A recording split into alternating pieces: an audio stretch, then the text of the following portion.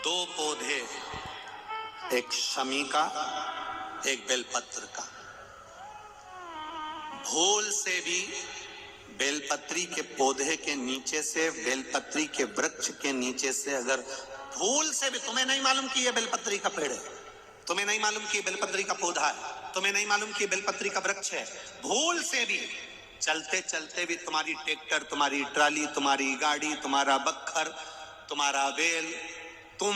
बेलपत्री के पेड़ की छांव में से भी अगर निकल कर चले जाते हो तो दिन भर में अगर 100 पाप भी हो जाते हैं तो पल भर में धुल जाते हैं। एक बेलपत्री के वृक्ष के नीचे से, एक बेलपत्री के वृक्ष की छांव से, एक बेलपत्री के वृक्ष की मात्र टहनी की छैया से हमारे कोटि कोटि पाप समाप्त हो जाते हैं। आप सबसे इस कोटेश्वर धाम की पावन धरा से एक निवेदन करना चाहूंगा, पूरे आस्था चैनल के श्रोताओं से, फेसबुक यूट्यूब के श्रोताओं से, और जितने लोग यहाँ कथा सुन रहे हैं, बारिश का समय आए तो एक बेलपत्री का पेड़ बड़ा कर कर उसको कहीं रोड के किनारे अवश्य लगाओ। कोई निकल कर जाएगा, उस पे छांव पड़ गई तो उसका कल्याण हो जाएगा। वृक्षारोपण में बेलपत्री का वृक्ष अवश्य लगाइए। 2 वृक्ष की छांव और 2 वृक्ष का दर्शन हमारे जीवन को सुख दे जाता है। एक बेलपत्री, दूसरा शमी का पौधा। शमी का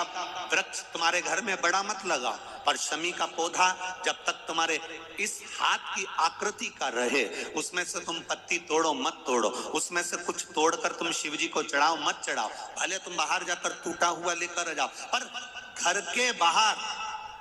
घर के कमरे में नहीं,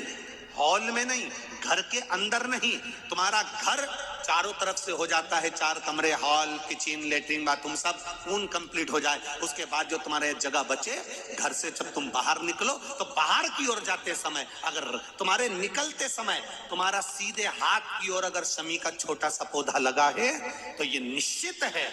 कि तुम जिंदगी में कभी किसी अदालती कोर्ट केस में, कभी प्रशासनिक आदि केस में, कभी किसी गलत जगह पर जिंदगी में नहीं फंस सकते। आप उससे बाहर ही निकल जाएं। एक